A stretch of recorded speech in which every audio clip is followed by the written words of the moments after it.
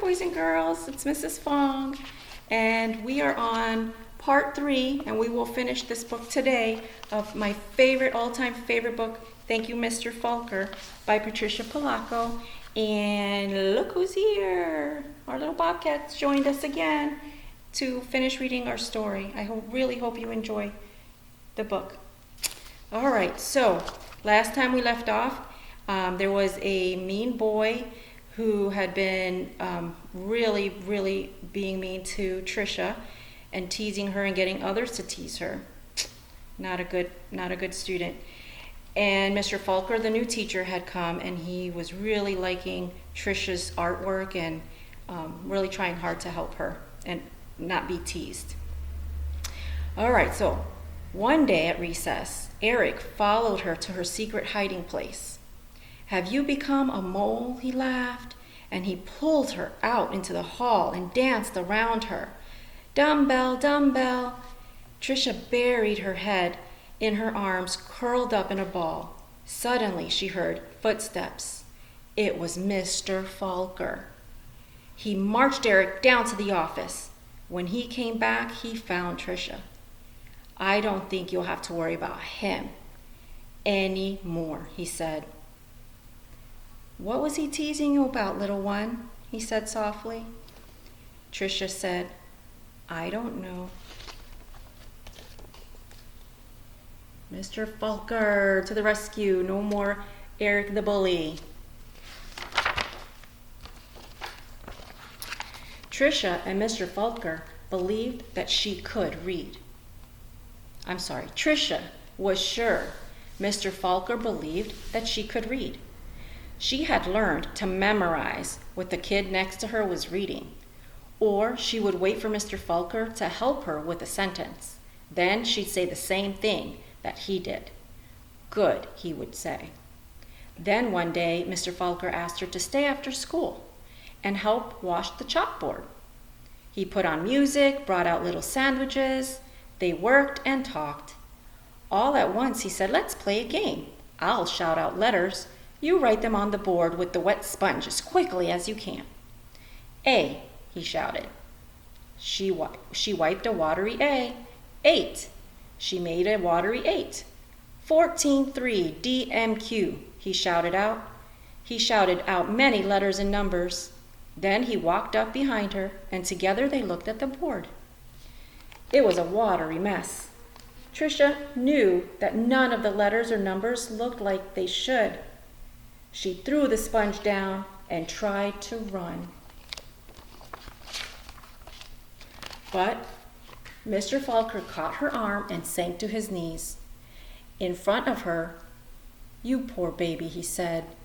"You think you're dumb, don't you? How awful for you to be so lonely and afraid." She sobbed. "But little one, don't you understand? You don't see letters or numbers the way other people do.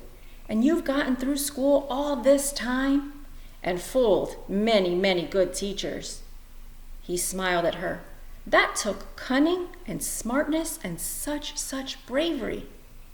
Then he stood up and finished washing the board. "We're going to change all that, girl. You're going to read. I promise." Now, almost every day, after school, she met Mr. Falker and Miss Plessy, a reading teacher. Move over here because the sun's hitting me there. They did a lot of things she didn't even understand. At first, she made circles in sand and then big sponge circles on the blackboard, going from left to right. Another day, they flickered letters on a screen. Trisha shouted them out. Other days, they worked with wooden blocks and built letters. Letters, words, always sounding them out, and that felt good. But though she'd read words, she hadn't read a whole sentence. And deep down, she still didn't feel smart. And then one spring day, had it been 3 months or 4 since they had started, Mr. Falker put a book in front of her. She'd never seen it before. He picked a paragraph in the middle and pointed at it, almost as if it were magic. Or as if a light poured into her brain, the words and sentences started to take shape on the page as they never had before. She marched them off, too. Slowly she read a sentence, then another and another, and finally she'd read the whole paragraph. And she understood the whole thing.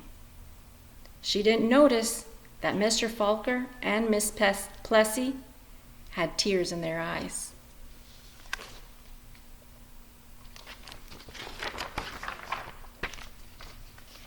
That night, Tricia ran home without stopping to catch her breath.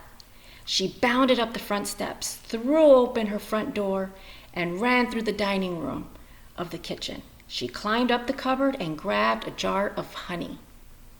Then she went into the living room, found the book on the shelf, the very book that her grandpa had shown her so many years ago. She spooned honey on the cover and tasted the sweetness and said to herself, "The honey is sweet, and so is knowledge. But knowledge is like the bee who made the honey. It has to be chased through the pages of a book." Then she held the book, honey and all, close to her chest. She could feel tears roll down her cheeks. But they were happy tears. They weren't tears of sadness. She was happy, so very happy. The rest of the year became an odyssey of discovery and adventure for the little girl. She learned to love school. I know, because that little girl was me, Patricia Polacco, the author of this book. I saw Mr. Falker again some 30 years later at a wedding. I walked up to him and introduced myself. At first he had difficulty placing me. Then I told him who I was and how he had changed my life so many years ago. This book gets to me every time. He hugged me and asked me what I did for a living. "Why, Mr. Falker?" I answered, "I make books for children." "Thank you, Mr. Falker. Thank you." So boys and girls, the author of this book was the main character, Tricia. Patricia, that's her nickname, Tricia. And she had a hard time reading at first, and now she's author of amazing children's books. You should look her up. So that was my all-time favorite book, boys and girls. I hope you enjoyed it. I know little Bobcat did. And I'll see you soon.